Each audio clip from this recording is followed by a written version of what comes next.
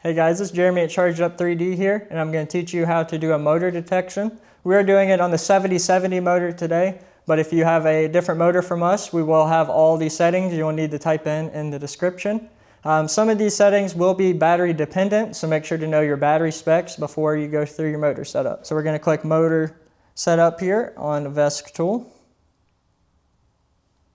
We're going to just go ahead and load default parameters. So this is basically resetting the controller. Since I don't have anything set up, we're just going to go ahead and click yes. If all of your settings are messed up, that is a great thing to do because you will just get a fresh restart here. So we're clicking generic. So for the 7070, we're going to roll down to the large Outrunner tab. Like I said, this is going to be motor specific, so check your motor settings in the description. And we're going to click yes.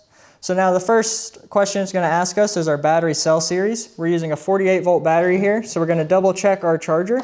And as you can see, it's a 54.6 volt charger. You can compare that to our chart we're going to show on screen here. And as you can see, a 54.6 volt charger is a 13S battery. So we can go ahead and click 13 cell series here. We know it's a 16 amp hour. And right here, you're going to have to click advanced to get this tab to come up. Our battery current max, we're going to want to set this a little bit lower than what our battery is. So a 60 amp battery, we're going to set to 50 amp. And you want to keep your regen for your battery usually pretty low. I would check with your manufacturer specs, but it usually is safe to run 5 or below on any battery. And so now we're going to set our gear ratio and our wheel size. If your gear ratio and your wheel size are not correct, then your speedometer will not be correct either. And so our motor poles, this is motor specific, so double check the settings in the description. We are doing the 7070, so it will be 14 motor poles. And same thing as motor poles with the temp sensor. That will be motor specific, so double check the settings in the description. But we have NTC 10K for the 7070. We're going to click Run Detection, click OK. Now make sure to have the cart lifted like we do on a stand here because the motor will spin.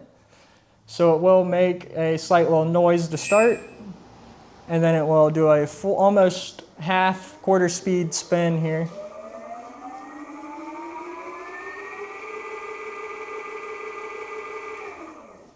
And then once it's done that, it's going to go through and detect the Hall sensors.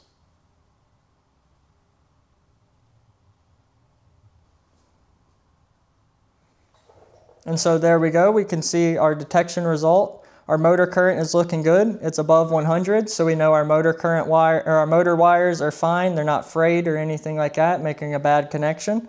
If you do have something lower, like 60 amp or something like that, you probably want to check your motor wires. The big red ones are the ones that are actually pushing the power through there. Our temp compensation, we want to make sure that is true. It's detecting our temperature sensor. And then sensors below that, Hall sensor, we want to make sure it's detecting our Hall sensor. It will say sensorless if it does not detect your Hall sensor. So we're going to click OK here. We're going to double check that it's spinning the right direction. So we click forward here, spinning the wrong direction. So we're going to click inverted. Now we click forward again to double check. It's spinning in the right direction. So we can click finish. So if you did click yes at the beginning and you reset your whole tune, we're just going to go ahead and walk you through the throttle setup again, since it is a very easy process. So you're going to click setup input like I just did there. It's going to connect to your VESC. You select next, ADC input. So now you'll have 2 bars showing your throttle. And once you click apply, it will actually show your current settings.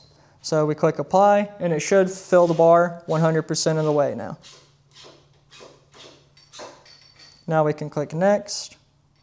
And then we want to disable safe start. We can keep control type as current unless we're using a second regenerative brake. Right configuration, next. So now that our motor detection is done, we want to double check our current settings and possibly raise or lower them depending on what your setup is. So we're going to go to the motor config tab. On the second general here, we're going to click current.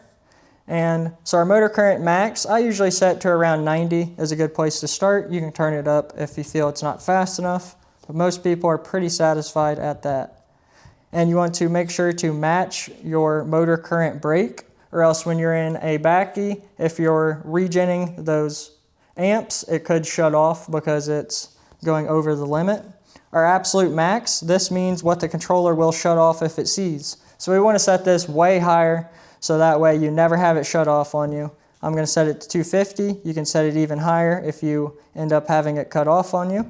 But since we have our motor current set to 90 here, it could peak up to 120, so we'll never see that 250 and have it shut off. Our battery current max, this is specific to your battery. We have a 60 amp battery on here, so I have it set a little bit lower. And as you guys know, I set that during the detection and everything is good here. After you set anything in here, make sure to click the right or it will not apply your settings. That's it for this particular tutorial. If you guys want something else or you have any other questions in VESC Tool, let me know. I can try to guide you guys through it. And if there's anything else you guys want to see, just let us know.